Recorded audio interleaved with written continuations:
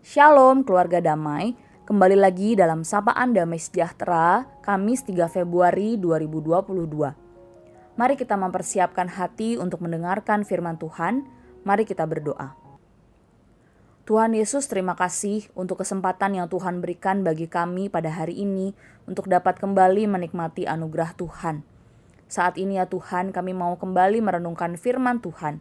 Kiranya Tuhan sendiri yang menolong setiap kami untuk dapat mengerti dan melakukannya dalam kehidupan kami sehari-hari.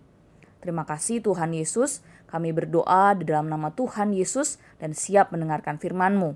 Amin. Bapak Ibu Saudara, perenungan firman Tuhan kita pada hari ini terambil dalam Kisah Para Rasul, pasal yang ke-9, ayatnya yang ke-19b, hingga ayatnya yang ke-25. Demikian bunyi firman Tuhan. Saulus tinggal beberapa hari bersama-sama dengan murid-murid di Damsyik. Ketika itu juga ia memberitakan Yesus di rumah-rumah ibadat dan mengatakan bahwa Yesus adalah anak Allah. Semua orang yang mendengar hal itu heran dan berkata, "Bukankah dia ini yang di Yerusalem mau membinasakan barang siapa yang memanggil nama Yesus ini? Dan bukankah ia datang ke sini dengan maksud untuk menangkap dan membawa mereka ke hadapan imam-imam kepala?" Akan tetapi Saulus semakin besar pengaruhnya dan ia membingungkan orang-orang Yahudi yang tinggal di Damsyik karena ia membuktikan bahwa Yesus adalah Mesias. Beberapa hari kemudian orang Yahudi merundingkan suatu rencana untuk membunuh Saulus. Tetapi maksud jahat itu diketahui oleh Saulus. Siang malam orang-orang Yahudi mengawal semua pintu gerbang kota supaya dapat membunuh dia.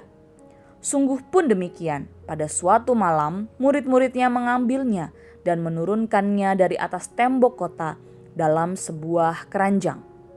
Sedemikian jauh pembacaan firman Tuhan kita pada hari ini. Dan tema perenungan firman Tuhan kita pada hari ini adalah putar haluan.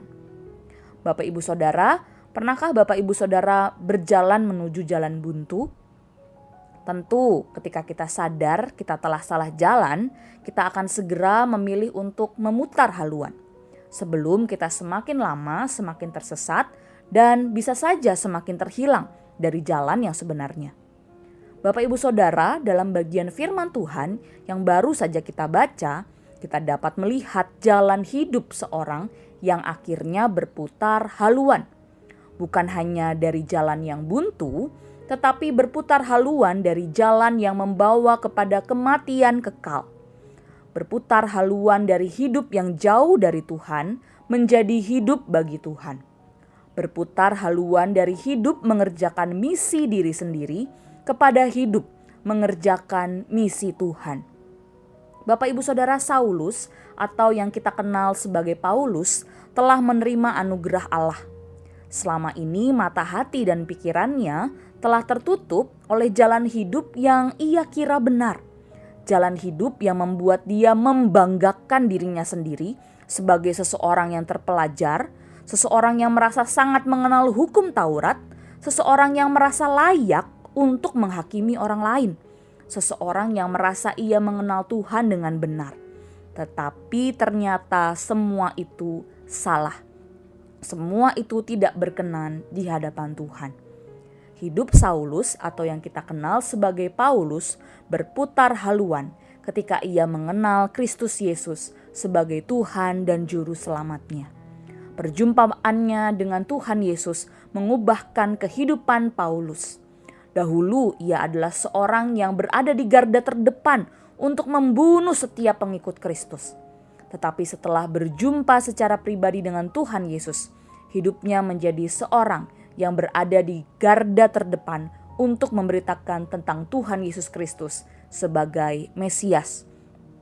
Ketika Paulus memberitakan tentang Yesus di rumah ibadat, semua orang-orang pada waktu itu bingung dengan kehadirannya yang justru datang untuk memberitakan tentang Tuhan Yesus. Di satu sisi, orang-orang Yahudi yang ada di Damsyik bingung mengapa justru Saulus memberitakan tentang Yesus yang mereka benci. Bukankah ia datang ke sini untuk menangkap para pengikut Kristus itu? Orang-orang Yahudi justru akhirnya merencanakan untuk menangkap dan membunuh Saulus. Di sisi yang lain, Bapak Ibu Saudara, murid-murid Kristus ketakutan karena Saulus sudah terkenal sebagai orang yang sangat membenci Kristus dan pengikutnya. Tetapi mengapa justru ia memberitakan tentang Tuhan Yesus? Saulus berada di posisi yang tidak mudah. Ketika ia baru mengenal Tuhan Yesus, imannya sudah diuji. Tetapi justru Saulus semakin yakin dengan apa yang ia percayai. Dengan semangat ia memberitakan tentang Tuhan Yesus, meskipun orang-orang mau menangkapnya dan meragukan iman Saulus. Saulus sadar betul bahwa setelah perjumpaannya dengan Tuhan Yesus, hidupnya sudah berputar haluan. Hidup yang dahulu mengerjakan misi bagi dirinya sendiri, kini menjadi hidup yang mengerjakan misi Allah. Hidup yang dahulu bagi kebanggaannya sendiri, sekarang menjadi hidup untuk kemuliaan Allah. Bapak Ibu Saudara, setiap kita pun adalah orang-orang yang telah menerima anugerah Allah dalam kehidupan kita. Kita yang dahulu hidup untuk diri kita sendiri, setelah kita mengenal Kristus sebagai Tuhan dan Juru Selamat kita, seharusnya kita mengerjakan misi Allah dalam kehidupan kita. Sudahkah kita mengerjakan misi Allah dalam kehidupan kita? Atau masihkah kita bersemangat untuk mengerjakan misi Allah di tengah-tengah kehidupan kita, yaitu menceritakan tentang Tuhan Yesus Kristus kepada orang-orang yang belum mengenal Kristus. Melalui hidup kita, melalui keseharian kita, melalui pekerjaan kita, melalui kegiatan kita sehari-hari, melalui sikap kita, Tuhan rindu untuk setiap kita tetap mengerjakan misi Allah selagi kita masih diberikan kesempatan untuk hidup. Sebagaimana Tuhan Allah telah memimpin Saulus dengan mengirimkan murid-muridnya yang lain untuk dapat menolongnya, menyelamatkannya untuk mengerjakan misi Allah, Tuhan Allah pun mengirimkan kepada kita, saudara-saudara seiman, untuk dapat saling bertumbuh, saling menopang untuk bersama-sama bergandengan tangan, mengerjakan misi Allah. Itulah tujuan gereja dipanggil dan diutus di tengah-tengah dunia ini, agar semakin banyak orang yang mengenal Tuhan Yesus sebagai Juru Selamat manusia. Mari Bapak Ibu Saudara, kita mengambil waktu untuk merenungkan firman Tuhan ini. Mari kita berdoa. Tuhan Yesus, kami mengucap syukur untuk anugerah Tuhan yang begitu besar dalam kehidupan kami.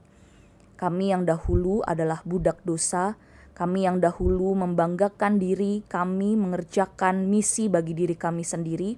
Saat ini ya Tuhan, ketika anugerah Tuhan itu sudah diberikan kepada setiap kami diingatkan bahwa hidup ini bukan milik kami sendiri, bahwa hidup kami ini adalah milik Tuhan, bagi Tuhan dan untuk memuliakan Tuhan.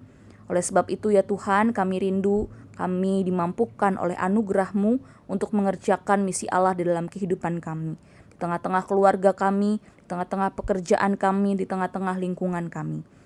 Kami rindu ya Tuhan, bersama-sama dengan seluruh saudara-saudara seiman, kami bergandengan tangan mengerjakan misi Allah bagi kerajaan Tuhan di tengah-tengah dunia ini. Kami rindu ya Tuhan, semakin banyak orang yang kami bawa untuk datang mengenal Tuhan. Tuhan tolong kami dan biarlah anugerah Tuhan sendiri terus memampukan setiap kami. Terima kasih Tuhan Yesus, kami menyerahkan hidup kami ke dalam tangan-Mu, di dalam nama Tuhan Yesus kami berdoa dan mengucap syukur. Amin. Tuhan Yesus memberkati Bapak Ibu Saudara.